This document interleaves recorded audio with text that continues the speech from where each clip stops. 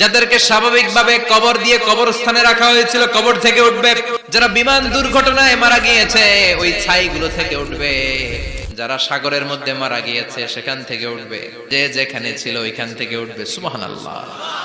লক্ষ লক্ষ মানুষ উঠে বলবে আমাদের ঘুম ভাঙাইলো কে? ফেরেশতারা বলবে হাযা মা ওয়া'দার রহমান, আজকে হলো ওই দিন যেদিনের প্রতিশ্রুতি রহমান দিয়েছিল। সূর্যটা মাথার কাছে চলে আসবে সেদিন। সূর্যের প্রচন্ড তাপে মাথার মগজগুলো ভাতের মাড়ের মতো গলে গলে নাকের ছিদ্র আর কানের ছিদ্র দিয়ে বেয়ে বেয়ে পড়বে। জিহ্বাটা তৃষ্ণায় বেরোতে বেরোতে নাভি পর্যন্ত এসে ঝুলে থাকবে।